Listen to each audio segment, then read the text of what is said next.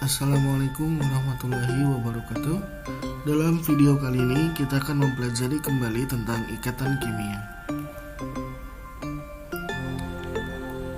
Dasar dari ikatan kimia adalah unsur-unsur yang ada di alam umumnya dalam keadaan tidak stabil, sehingga mereka akan mencapai kestabilan seperti unsur-unsur gas mulia, di mana unsur-unsur gas mulia adalah unsur-unsur yang stabil dalam bentuk monoatom tanpa harus berikatan dengan atom lain.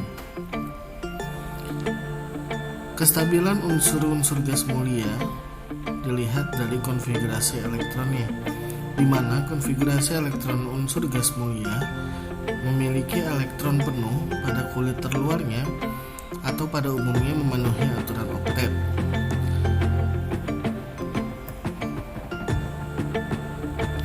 Untuk memenuhi aturan oktet, maka ada 3 cara yang dapat dilakukan. Yang pertama adalah dengan pelepasan atau pengikatan elektron, yaitu pelepasan elektron akan menghasilkan ion positif dan pengikatan elektron akan menghasilkan ion negatif. Yang kedua adalah dengan pemakaian bersama pasangan elektron, di mana elektron yang berpasangan digunakan untuk menstabilkan konfigurasi elektron atom-atom yang berikatan. Dan yang ketiga adalah delokalisasi elektron, di mana dalam delokalisasi elektron, posisi elektron dihilangkan dengan menggerakkan elektron tersebut dalam awan elektron. Jenis ikatan yang dapat dibentuk berdasarkan pemenuhan aturan oktet sebelumnya. Yang pertama adalah ikatan ionik, yaitu ikatan yang terbentuk antara unsur logam dengan unsur non-logam.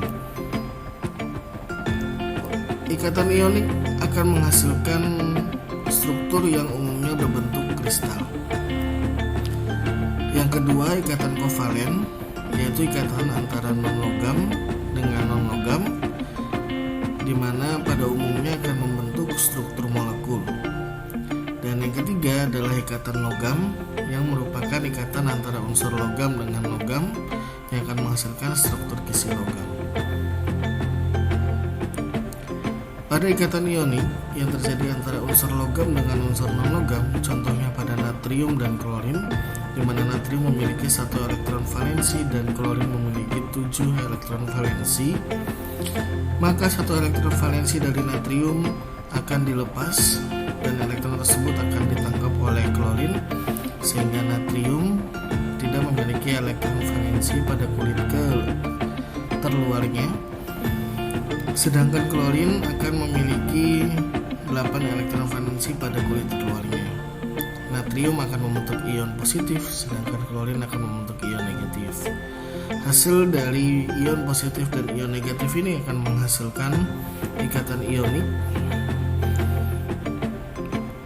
di mana struktur Na yang lebih kecil daripada Cl akan saling berikatan, kemudian akan mengikat ion-ion lainnya, sehingga akan terbentuk suatu kristal yang apabila kita lihat dalam suatu bentuk kisi kristal, maka terdapat beberapa lapisan di mana akan saling bergantian atau selang-seling antara ion positif dengan ion negatif.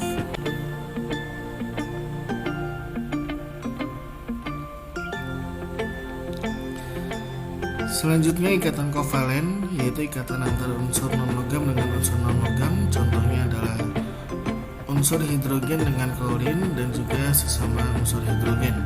Hidrogen hanya memiliki 1 elektron valensi, tidak dapat melepaskan elektron valensinya untuk diberikan ke atom lain. Oleh karena itu, yang dapat dilakukan adalah 1 elektron yang dimiliki oleh hidrogen akan dipasangkan dengan 1 elektron dari unsur lain. Dalam kasus hidrogen dengan klorin, maka 1 elektron tersebut akan dipasangkan dengan 1 elektron dari klorin, sehingga terbentuk 1 ikatan kovalen antara H dengan Cl. Dalam ikatan yang terbentuk antara H dengan Cl, maka ada kecenderungan bagian yang lebih negatif pada Cl, sehingga elektron yang ada dalam hidrogen akan tertarik ke bagian Cl, sehingga hidrogen akan cenderung lebih positif. Dalam hal ini, senyawa kovalen yang dibentuk adalah senyawa kovalen yang polar. Sedangkan pada ikatan antara hidrogen dengan hidrogen merupakan ikatan yang non-polar karena keduanya memiliki keelektronegatifan yang sama. Apabila kita lihat strukturnya, maka antara H dengan Cl akan terbentuk satu ikatan sehingga bentuknya akan menjadi linier. Begitu juga antara hidrogen dengan hidrogen hanya terbentuk satu ikatan sehingga bentuknya juga linier.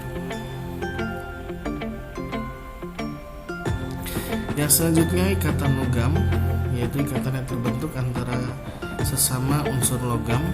Dalam hal ini contohnya adalah ikatan antara sesama atom natrium. Maka satu elektron yang dimiliki oleh masing-masing atom natrium akan dilokalisasikan. Dalam hal ini akan digerakkan secara terus-menerus dalam awan elektron, sehingga akan terbentuk suatu kestabilan di mana masing-masing unsur natrium sudah memiliki elektron valensi seperti gas mulia, yaitu memenuhi elektron oktet. Dalam hal ini struktur yang kita lihat adalah struktur kisi logam di mana terjadi tumpang tindih bagian awan elektron antara satu atom Na dengan atom Na lainnya yang akan membentuk kestabilan ikatan